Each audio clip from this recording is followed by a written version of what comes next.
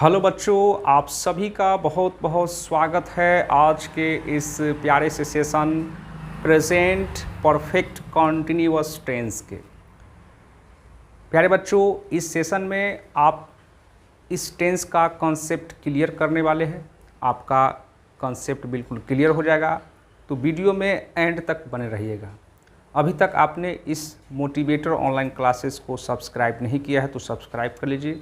तो प्यारे बच्चों, चलिए आज का सेशन को शुरू करते हैं। तो जैसा कि प्यारे बच्चों आप देख पा रहे हो, प्रेजेंट परफेक्ट कंटिन्यूअस टेंस, इस टेंस का बच्चों पहचान क्या है, कैसे पहचानेंगे कि कोई हिंदी वाक्य प्रेजेंट परफेक्ट कंटिन्यूअस टेंस का है या नहीं। तो पहचान क्या रहेगा प्यारे बच्चों, तो पहचान होता है ता रहा है, ती रही है, ता रहा हूँ, ते रहे है, etc।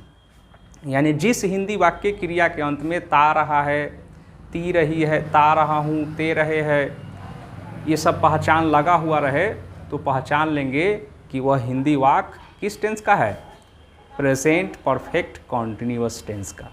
अनुवाद बनाने का विधि क्या है बच्चों, स्ट्रक्चर क्या है, तो पहले सब्जेक्ट, उसके बाद have oblique has plus been plus V4 plus object.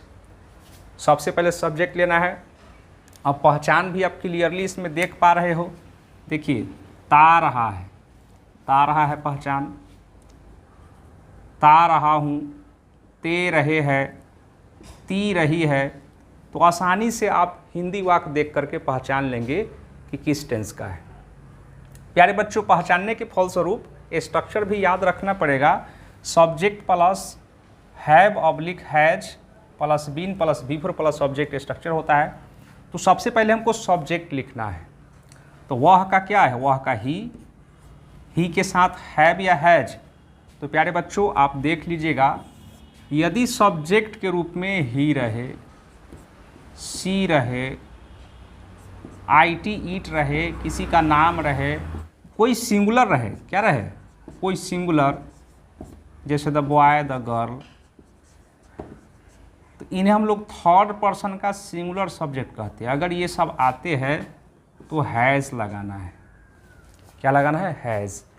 लेकिन इन सभी को छोड़ करके, यानी थर्ड पर्सन के सिंगुलर सब्जेक्ट को छोड़ करके, यदि सब्जेक्ट के रूप में फर्स्ट पर्सन का आई रहे, चाहे बी हो, सेकेंड पर्सन का यू आ जाए, दे रहे, थर्ड पर्सन का प्लूरल, या फिर दो नाम एंड से जुड़ जाए, जैसे राम एंड श्याम, या कोई प्लूरल नाउन रहे जैसे कि द बॉयज़, तो इन सभी के साथ हैव का प्रयोग होता है।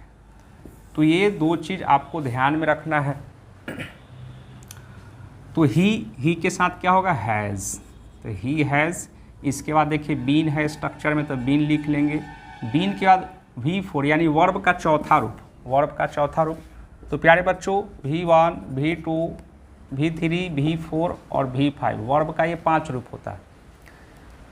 तो स्पीक, स्पीक मीन्स बोलना होता है, इसका V2 होता है spoke, V3 spoken, V4 speaking और V5 स्पीक्स।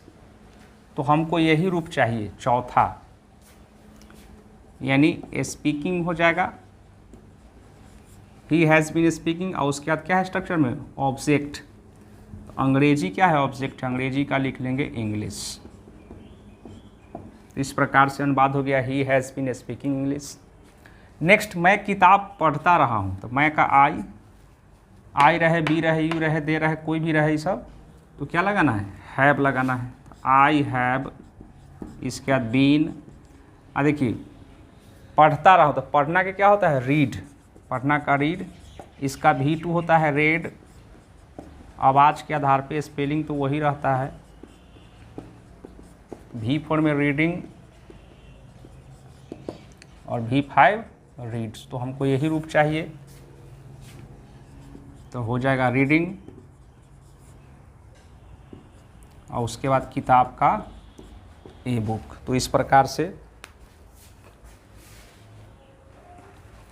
नेक्स्ट बच्चों, बे लोग काम करते रहते, बे लोग का क्या हो जाएगा, बे लोग का दे। देखिए दे भी, दे के साथ भी हैव लगता है, दे हैव, सब्जेक्ट के बाद हैव हो गया, इसके बाद क्या चाहिए हमको, बीन चाहिए। काम करना के वर्क होता है उसमें आईएनजी लगा देंगे, वर्किंग। अगर इधर हम वर्ब का रूप लिखे तो वर्क, V2 वर्कड, V3 भी वर्कड होता है, और V4 में तो आईएनजी लग जाता है, और V5 वर्क्स। तो हमको यही रूप चाहिए तो लिख लिए। रेखा बच्चों को पढ़ाती रही है, रेखा सब्जेक्ट है, रेखा एक ही नाम है, थर्ड पर्सन का सिंगुलर सब्जेक्ट, तो इस ग्रुप में आ जाएगा, यानी कि हैज़ लगाना होगा। रेखा हैज़ बीन, अब पढ़ाना का होता है टीच, क्या होता है, टीच होता है, तो इसका V2 क्या होता है, टॉट, V3 भी टॉटे होता है, अब V4 में तो आईएनजी लगा देना है, टीचिंग, और V5 टीचर्स। तो यही रूप हमको चाहिए, चौथा हो जाएगा teaching. Rekha has been teaching, अब बच्चों को teaching the children, teaching the children. तो इस प्रकार से आपने देखा किस तरीके से इस टेंस का पहचान होता है। साथ में मैंने स्ट्रक्चर लिखा और एग्जाम्पल के साथ। तो नेक्स्ट आगे अब बढ़ते हैं अगला स्ट्रक्चर की ओर, नेगेटिव। तो अब नेगेटिव सेंटेंस को आप देखेंगे तो देखिए किस तरीके से स्ट्रक्चर बनाया है। पहले सब्जेक्ट, सब्जेक्ट के बाद हैव ऑब्लिक हैज़, उसके बाद नॉट लगा है, फिर बीन है, V4 प्लस ऑब्जेक्ट। तो नेगेटिव बनाने के लिए नॉट लगा देना पड़ता है हैव हैज़ के बाद, बीन के पहले। अब यहाँ पे नीचे जो लिखे हैं और, नॉट को यहाँ से ले करके और हैव के साथ जोड़ करके शॉर्ट में शॉर्ट फॉर्म बन गया हैवंट, इसको पढ़ेंगे हैवंट। फिर नॉट को हैज के साथ मर्ज कर दिए, शॉर्ट फॉर्म बना दिए, बन गया हैजंट।